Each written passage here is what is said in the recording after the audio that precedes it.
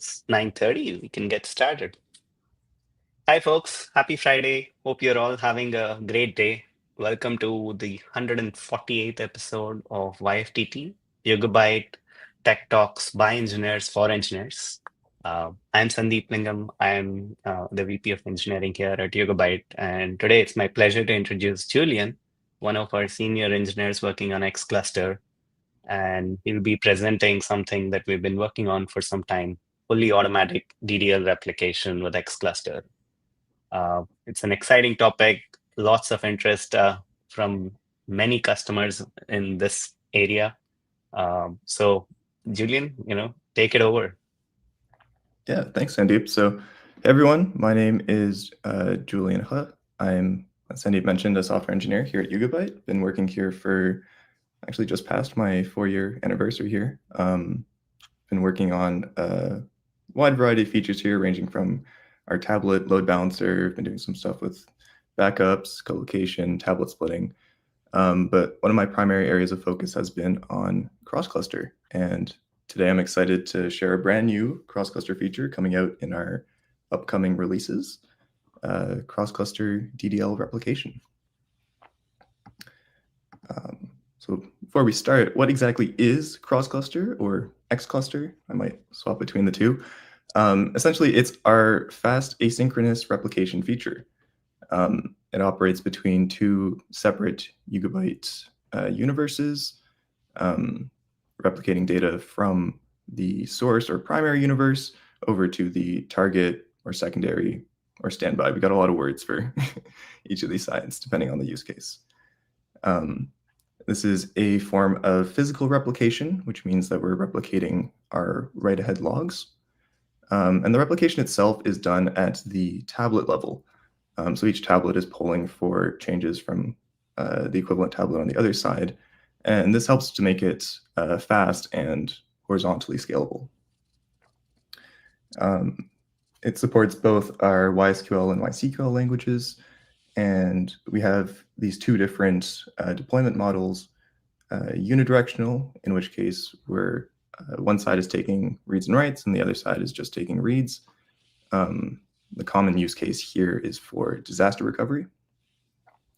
And then we also have bidirectional, in which case both sides are taking both reads and writes. And in case that there are writes to the same key on both sides, we use a last writer wins kind of semantics. So cross-cluster is a feature that we've had for a while.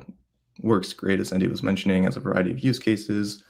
But one of the common pain points we've had in the past is, how do I run a DDL? How do I handle these schema changes on both of these clusters, keeping them consistent and whatnot? Well, turns out this is a pretty difficult problem, but we've made a lot of improvements over the past few years. So how about we take a quick look over where we were a few years ago, where we are now, so you can really see the progress that we've made. So we'll start off with what we call manual mode. This used to be the only option that we offered. So as you can see, it is supported, but it's not very straightforward. This is pretty complex, and there's some issues here, right? So first of all, there's too many steps here, I would say. Got issues with this non-obvious order. Sometimes we're running the DDL on the secondary first. Sometimes you have to run it on the primary first. It's not super clear, which DDLs have to do what. And then there's also some of these steps that require using an external tool, YBadmin, which is just adding extra steps to this entire process. And of course, if you're running multiple DDLs, you have to do all of these steps for each DDL, and it can be a lot. Part of the reason for this is that cross-cluster here is configured at the table level granularity. So anytime you're adding or removing tables, the whole cross-cluster configuration needs to be updated to include or remove these tables as well.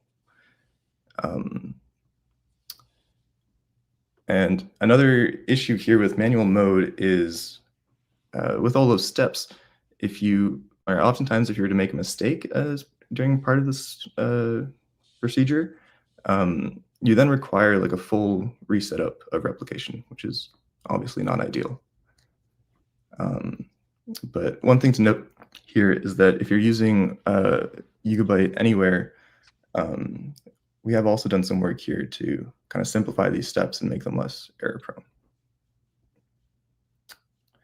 So moving on, the next mode that we have is something called semi-automatic mode. So if you remember that big table that we were just looking at with all those steps, well, semi-automatic mode takes us from all of that and brings us to this, which is much simpler, I would say. Any DDL you want to run, there's only two steps. You just run it on the primary, run it on the secondary. So we removed that, that confusing ordering. We've removed YBadmin here, and we brought it just down to 2 steps. Part of how this works is that we're now configuring cross-cluster at the database level granularity. So when you're setting up cross-cluster, you're choosing which databases you want to replicate instead of which tables you want to replicate. So this allows us to detect, hey, a new table got added to this database that's under replication, so we can also we know to add it to replication, and same with dropping tables. And Julien, perhaps you could also shed light on, does YSQL or YCQL support which of these modes? Right. So semi-automatic mode is only for YSQL. It also comes with our transactional cross-cluster replication feature, which allows for consistent reads on the secondary. And then YCQL is only for manual mode. In fact, if you're using Yugabyte Anywhere, the disaster recovery feature that we have, that's leveraging semi-automatic mode today. And with YSQL, I guess customers have a combination of, they might require replication for only a subset of tables. There isn't necessarily sort of foreign key constraints and relationships between tables. So the table level granularity kind of makes more sense there. But for something like YSQL, where you have all these relationships between tables, sort of doing at the database granularity makes more sense. Right? Exactly, yeah. And yeah, there's a good talk by my colleague Hari over here on this link where he also talks a bit more about semi-automatic mode. All right, so returning to this little table that we were looking at earlier, the obvious next question is, can we do any better? To which I say, what if we just, kicked out that whole second side over there? So yeah, this looks pretty good, and this is what I'm here to talk about today, which is our automatic mode.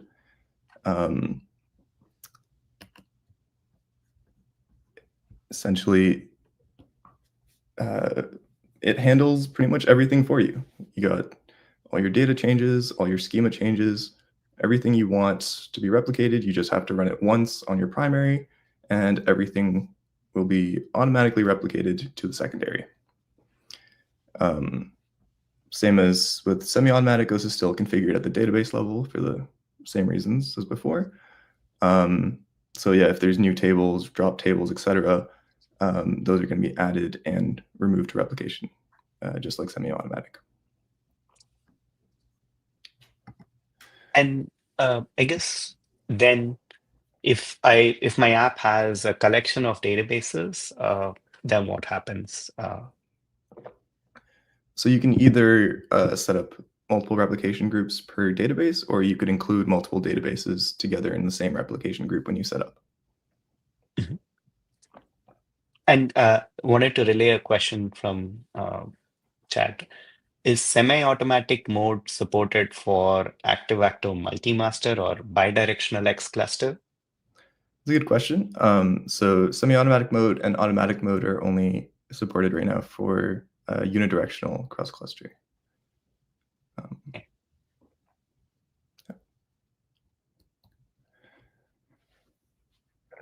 All right, so a bit on how automatic mode works. The main thing that we've added here is this custom Postgres extension called XCluster DDL Replication. And kind of the main idea of how it works is that when you run a DDL on the source, we're using Postgres event triggers to capture that DDL statement, and then we write to the special DDL queue table, which will record all of these DDL statements.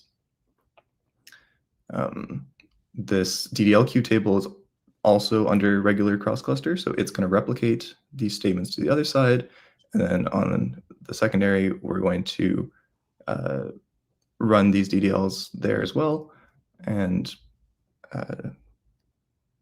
that's basically it at a high level. But let's go over a small example to kind of sketch this out and get a better understanding. So here I have my source cluster on the left here. I've got my target cluster on the right. I've created a simple table foo on both sides, and now I'm going to run setup cross-cluster replication, and I'm going to add in like an automatic mode flag to this. So as part of doing that, behind the scenes, this is going to, as I was talking about before, it's going to run this create extension, XCluster DDL replication, and that's going to, amongst other things, it'll create this DDL queue table on both sides and going to add everything to replications. You'll see all the data is going to flow over from primary to secondary.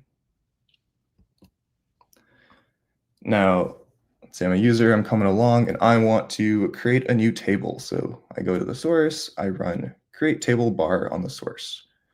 So that DDL is going to run, my table bar is going to be created, and an event trigger is going to fire at the end of that DDL, and it's going to write a record here to DDL queue saying, this DDL create table bar has been run, and we're going to include a bunch of other metadata as well here. Then, since this is just regular cross-cluster, that record will be replicated across to the other side, and we'll have this create table bar on the other side, just like on the source. So on the target, we have a special DDL queue handler, whose job it is to kind of keep track of new DDLs coming into the DDL queue. And it's going to run this DDL on the target. There's a bunch of other stuff it's doing as well. It's making sure that we're running the DDL at the right time to ensure the data and the schema are consistent. And we've also done some work to ensure that it's doing like exactly once replication, right? It's only running these DDLs once, as opposed to regular cross-cluster, which is like an at least once model. So yeah, once this DDL is run on the target, this table bar gets created, and same as in semi-automatic mode, this table automatically gets added to replication, and data will start flowing across. So yeah, this is a pretty simple example, just to give a high-level understanding of how things work. There's a lot under the covers that I'm not covering here to keep things moving fast and to handle some of these DDLs correctly. For example, one thing that we do here that is different from manual mode or semi-automatic mode is that for all these regular tables, we're not pausing them while they're waiting for like their corresponding DDLs to complete on the target. So for example, if I was to say like, I needed to add a new column to table foo here, right? So I would run like alter table foo, add column, whatever. And then I was to insert some new data here on table foo with those, with that new column. What could happen here is that some of those new records with that new column would actually be replicated to the other side before we even run that alter table foo add column on the target. Don't be scared. We're using some special read times here to ensure that we're not reading those new columns until the DDL is completed. But this is all to just make sure that we're maximizing throughput and we're not adding any unnecessary pauses where we don't need to. Julien, so it could happen that the DDL could fail or the transaction that is running the DDL could abort. What happens in that case? Great question. That's where a lot of the complexity comes from. And So if the DDL fails on the target, we have some DDL atomicity that happens. So the DDL will be rolled back. And since this event trigger is part of that DDL transaction, it would also get rolled back. So you wouldn't actually see this record in the DDL queue table unless the DDL actually committed properly. Got it. So it wouldn't even get replicated to the other side and wouldn't get us. Yep. Exactly. Got it. Exactly.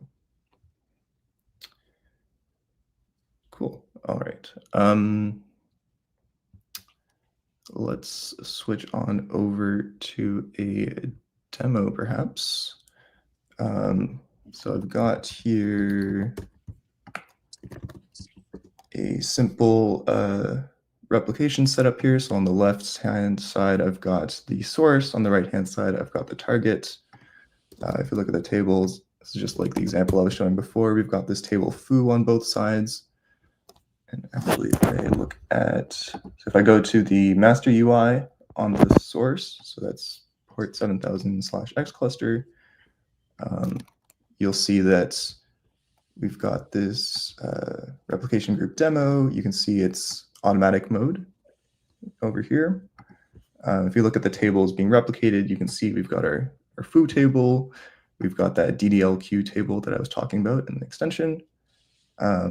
And there's also this new sequences data that we're replicating, something I haven't mentioned too much, but as part of automatic mode, we're also now supporting replication of serial columns and sequences and all of that good stuff.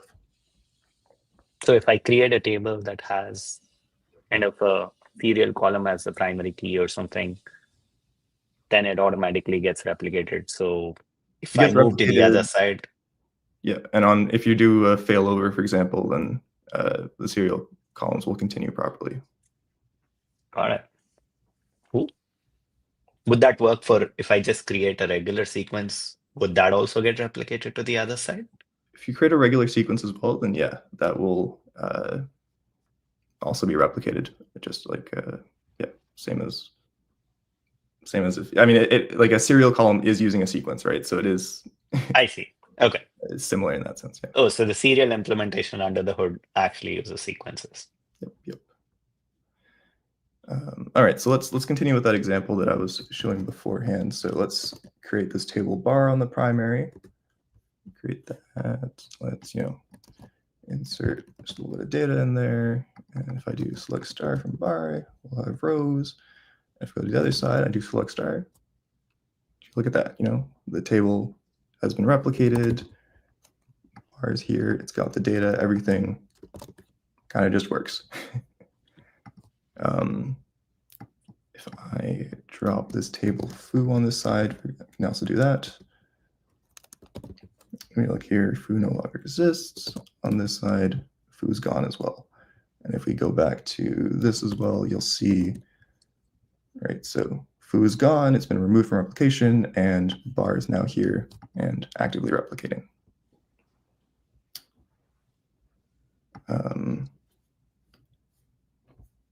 So I can also give a little sneak peek of, I was talking about that DDL queue table. So if you look here, you can see that we have this DDL queue table that's queryable. And you can see that it's captured, this create table bar command, the drop table foo command as well. Make this text a bit bigger if people need, sorry. Julien? Yes. One request from the audience to increase the font size a little bit. I just increased it a bit. Is it good? Or... Oh, okay. Perfect. I can go a bit bigger. So yeah, this DDLQ table, you can take a look at it. You can see it's got that command that we ran along with a bunch of other metadata. And if we do that same thing on the other side, so, copy that again. You'll see it's the same thing on both sides, right? So when you run the DDL, it's being captured into this table, being replicated to the other side, and then we're running the DDLs from this DDL queue on this side. So in other words, effectively, the DDL queue table also serves as kind of a record of all the DDLs that were executed so far. Yeah, it's a bit of like an audit log in a sense as well. Yeah. I presume older stuff will eventually get cleared out, but if you wanted to look at, hey, what were some of the recent DDLs that I ran, you could actually look at this. Exactly. So other DDLs we can run. Let's say we want to do an alter table, add a column, have it, the default value 2. We'll insert some new values, and now if I select from it, you'll see we've got the old values that got backfilled with the default value, and the new rows with new values. And if I do the select on the other side, we'll see the same stuff here as well. But yeah, it's not just create, drop, alter, table commands. Pretty much any Postgres DDL that you want to run, we can run, right? So like, for example, if I want to create, an enum here of planets, this is missing some planets. So let's run a bunch more alters here. All right, we ran a bunch of alters here. If I do hey, everyone's leaving out Pluto. You look at planets. If you really want, I can add Pluto as well.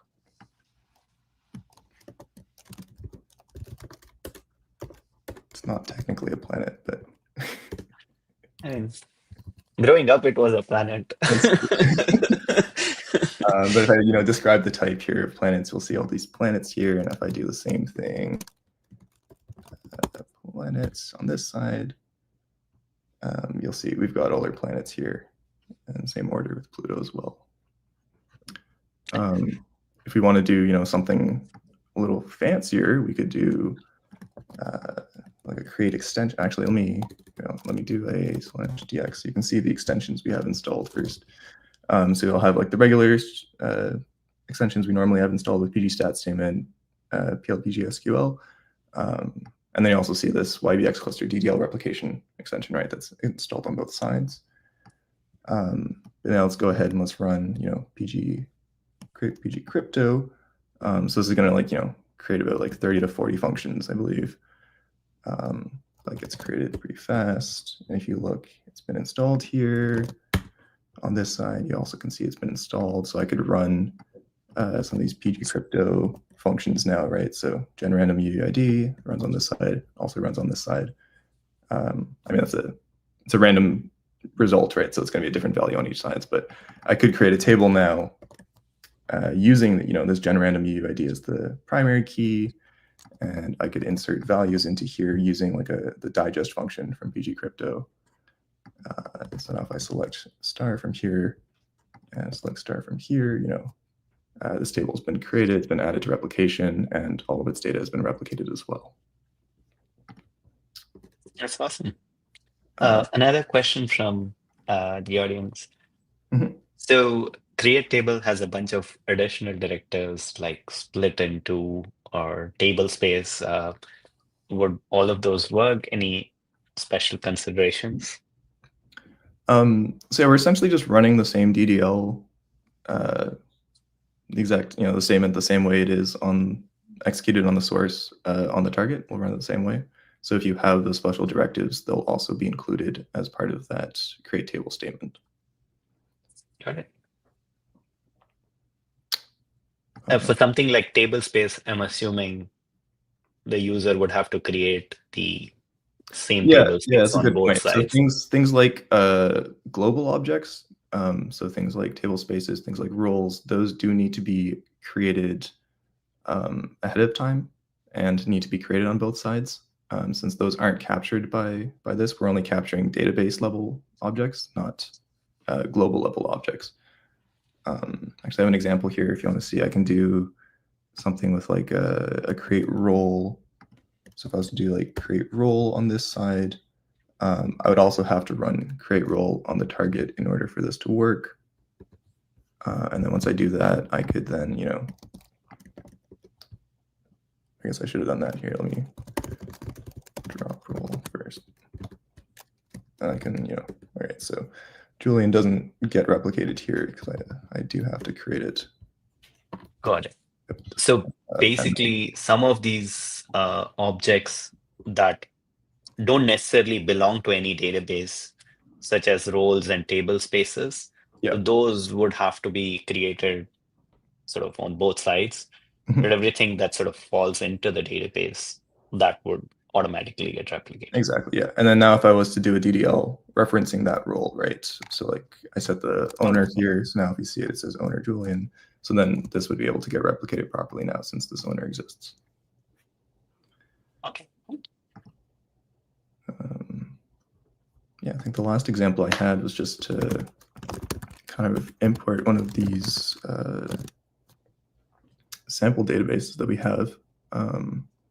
So for example, we've got this Chinook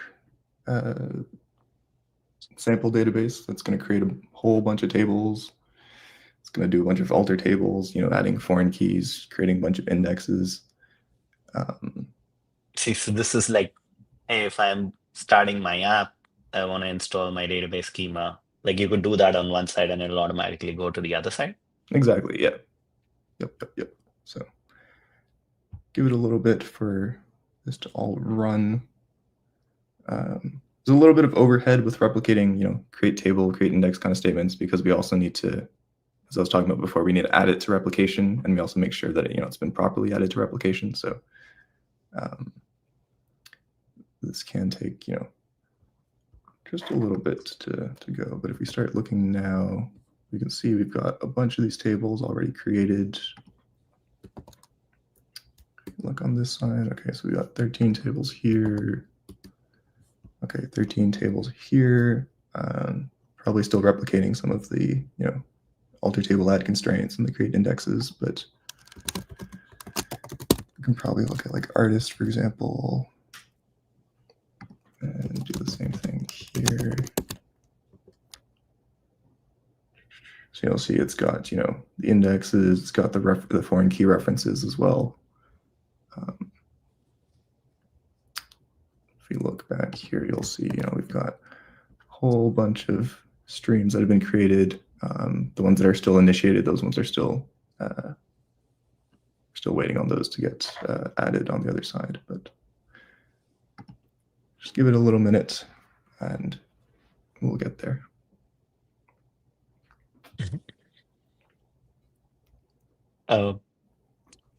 And I guess while we're waiting, one quick question from the audience is how does the exactly one semantic work on the target side? Yeah, so the way that works, great question.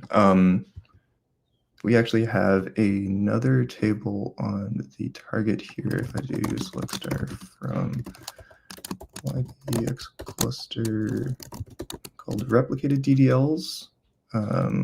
Just do like a limit of 1 on, or limit of 5 on this. So you'll see here, this is like another table that we have on the target that we fill out. And essentially, when we run the DDL on the target, we're also using an event trigger there that will capture the relevant information for that DDL, and we'll store it in this replicated DDLs table. So when we're running the DDLs on the target, we're essentially doing like a difference of the DDL queue table minus this replicated DDLs table to figure out which ones we have and haven't run yet. Got it. So if it gets recorded in the DDL replicated DDLs table, then it's been executed, so you will never execute it again. Exactly. Yeah. Got it. Perfect. Cool.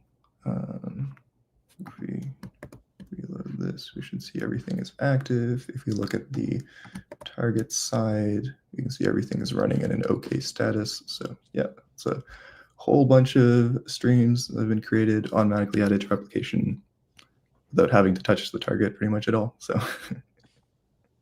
Thanks. So yeah, it's the end of the presentation. If there's any more questions, let us know. That was great. I mean, I've been on several customer calls where just the big table of orchestrating the set of DDLs across different universes and the careful ordering, um, it's a recipe for operational errors and can lead to issues. So it's fantastic to see some of this come live. Thanks, Julian. I don't think there are any more questions. So thanks everyone for joining us. Hope you have a great Friday and rest of the weekend. Join us for more talks in the future. Bye.